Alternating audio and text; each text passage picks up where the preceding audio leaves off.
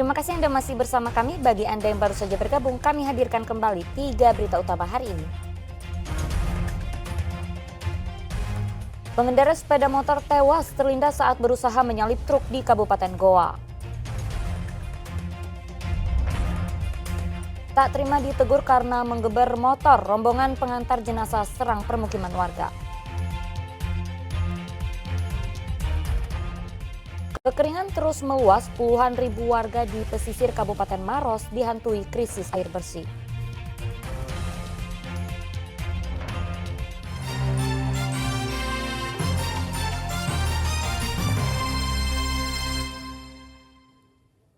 Ya, manfaatkan kanal yang sedang surut, warga bersama TNI Polri di Kabupaten Bone menggelar aksi bersih-bersih kanal. Kegiatan bersih-bersih dan juga menyasar pasar guna meminimalisir perkembangbiakan nyamuk demam berdarah di area tersebut.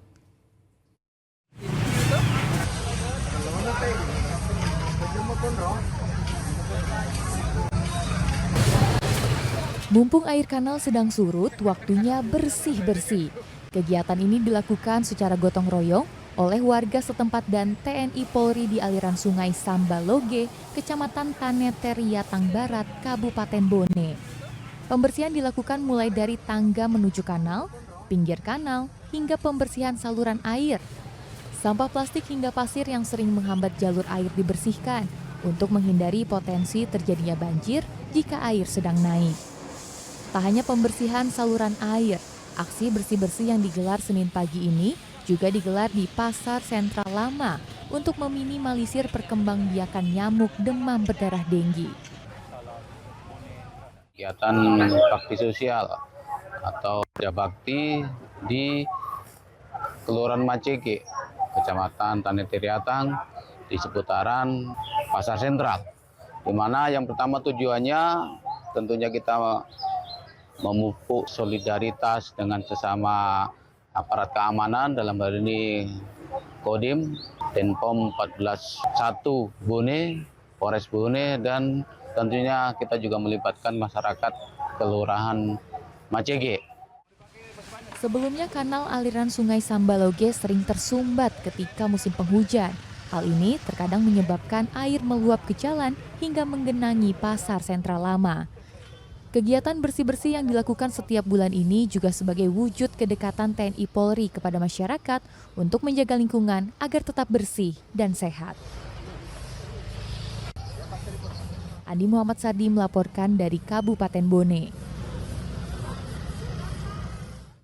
Ya, kekeringan ekstrim yang terjadi di Kabupaten Maros semakin meluas. Saat ini ribuan warga di 7 kecamatan dilanda krisis air bersih.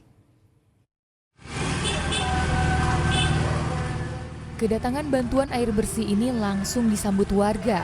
Pasalnya selama 3 bulan terakhir, masyarakat di Kabupaten Maros dilanda krisis air bersih. Warga pun langsung antri untuk mengisi ember dan jerigen yang mereka bawa saat bantuan tiba. Namun bantuan ini pun jarang dirasakan masyarakat. Kekeringan ekstrim yang terjadi di Kabupaten Maros semakin meluas.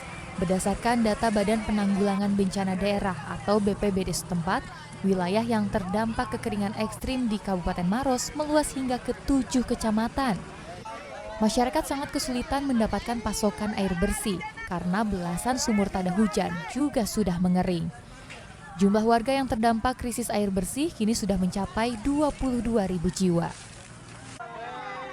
Untuk bencana kekeringan yang terjadi di Kabupaten Maros, sampai hari ini sesuai dengan pemantauan kami lakukan di lapangan, memang sudah terdampak sampai 7 kecamatan. Tetapi yang ekstrim itu ada di 4 kecamatan, yaitu Kecamatan Bontoa yang terparah, Kecamatan Lau, Kecamatan Marus dan Maros Baru, dan Kecamatan Marusu. Itu memang akses untuk mendapatkan air bersih itu memang sangat sulit. Jadi ketika kami tidak menyuplai air bersih ke sana, memang akan sangat terasa bagi masyarakat kita yang ada di sisi. Penyaluran bantuan air bersih belum dirasakan secara merata oleh warga karena jumlah armada pembawa air bersih ini masih minim. Tak hanya kekurangan armada, saat ini BPBD Maros juga berhenti menyalurkan bantuan air bersih ke masyarakat karena keterbatasan anggaran. Selain menyulitkan masyarakat untuk memenuhi kebutuhan sehari-hari, kekeringan juga merusak tanaman padi milik warga dan areal perkebunan. Raisa Habu melaporkan dari Kabupaten Maros.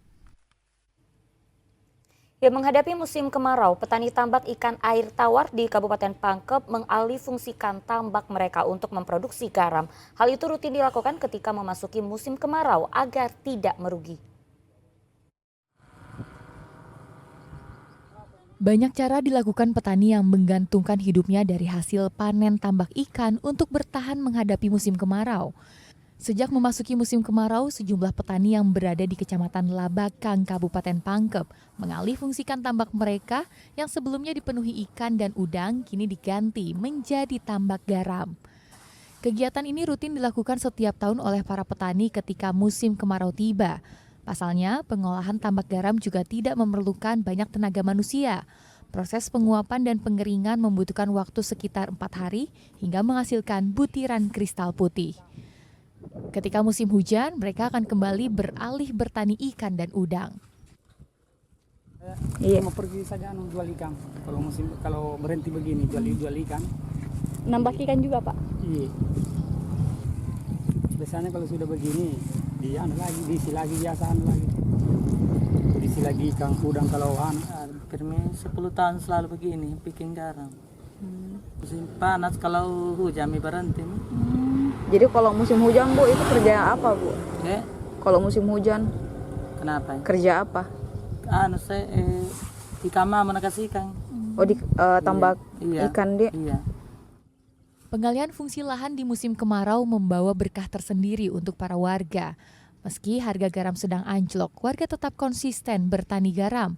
Saat ini garam dijual dengan harga 30 hingga 35 ribu per karung. Padahal pada tahun sebelumnya, harga jual garam bisa mencapai 200 hingga 250 ribu rupiah per karungnya. Andi Muhammad Sardi melaporkan dari Kabupaten Pangkep.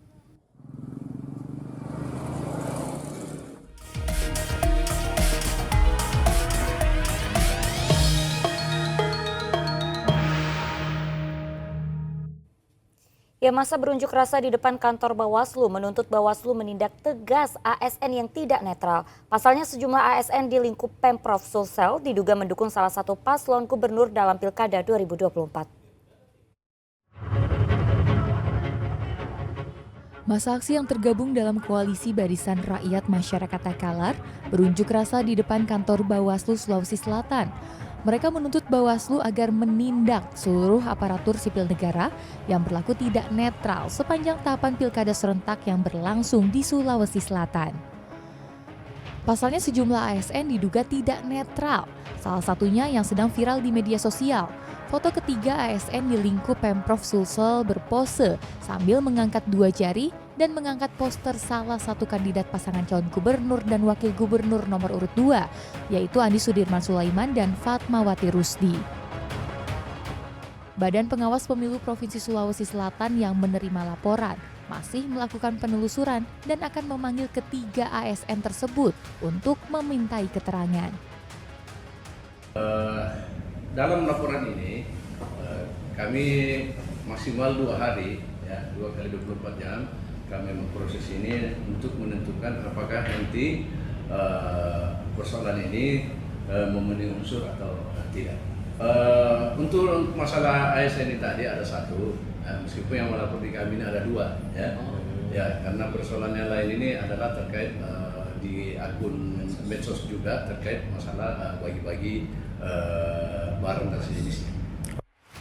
Selain laporan tersebut, Bawaslu Sulawesi Selatan juga menerima ratusan laporan terkait ketidaknetralan ASN di sejumlah daerah. Jika terbukti melakukan pelanggaran, para ASN ini bisa dikenakan sanksi tegas, yakni penurunan pangkat hingga pemberhentian tidak hormat. Raisa Habu melaporkan dari Kota Makassar.